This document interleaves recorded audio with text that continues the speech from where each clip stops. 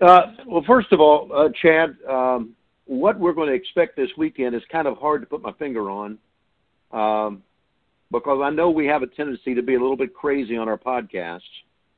And so I just have a feeling we're going to be very entertaining. The theme of it is going to be my year in the WWF, or now the WWE, of course. That's going to be the theme because Bruce Pritchard is going to join us. And Bruce was my boss for a year in the WWE. So now you know why I left, having that knucklehead as my boss.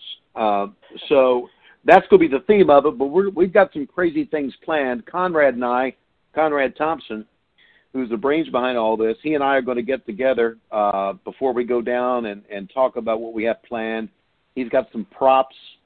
Anytime that props are involved in this live stage show, you know something zany's going to happen. So that is the gist of what we got. It's at 3 Links in Dallas, and it's going to be a Sunday afternoon. Everything's a VIP ticket, and you get to meet and greet with us for about 2 hours, and then we're going to have the show, and we're going to get out of there. Plenty of time for everybody to go to Great Balls of Fire and see that big event by the WWE coming up at the American Airlines Center.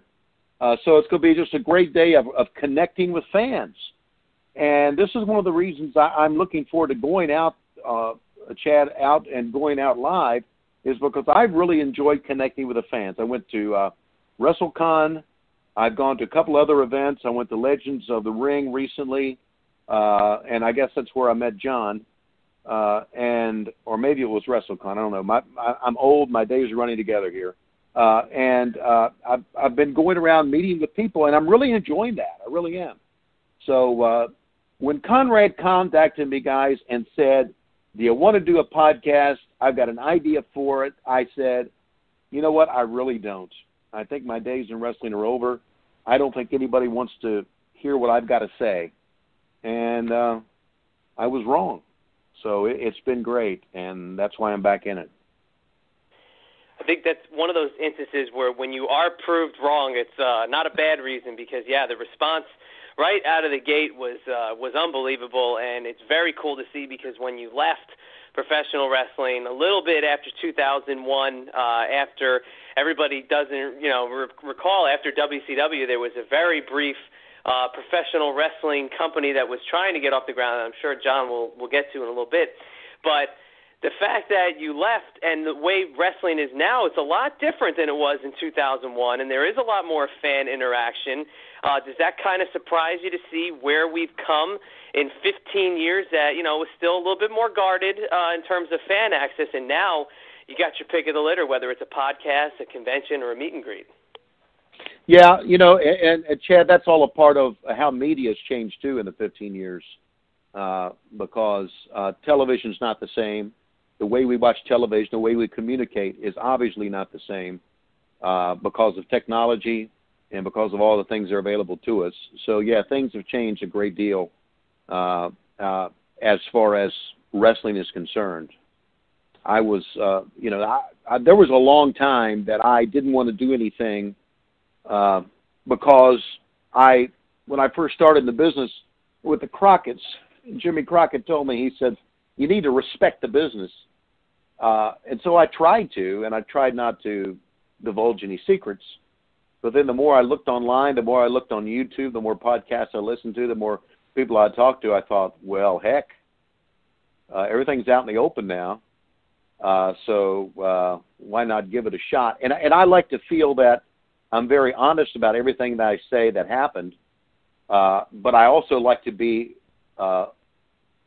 irreverent, funny, entertaining, and basically silly too, because my humor has always been, anybody that really knows me, I have the humor and the humor of a 14-year-old kid. I like juvenile humor. I like telling crass, dumb jokes, silly stuff. I love Monty Python. I love that humor. So, and I know I'm going on and on here. I probably sound like JR. I keep going on and on and on. But I like to be funny. I like to be completely different than everybody, and I like to be honest in the way I am. So when I saw that everything was out in the open with wrestling, and I saw the many different avenues, I thought, why not go into it? But I think we all agree, John and Chad, I think you both would agree that television has changed a great deal, and entertainment has changed a great deal. Communication has changed so much, and I think it was inevitable that the wrestling business would change with that. Yeah, oh, absolutely. And where you spend a majority of your time since professional wrestling in minor league baseball, you can even see how that's evolved over 15 years from kind of being somewhat of a simple regular event to now, the minor league baseball stadiums have set the pace for what the Major League Baseball stadiums are doing now.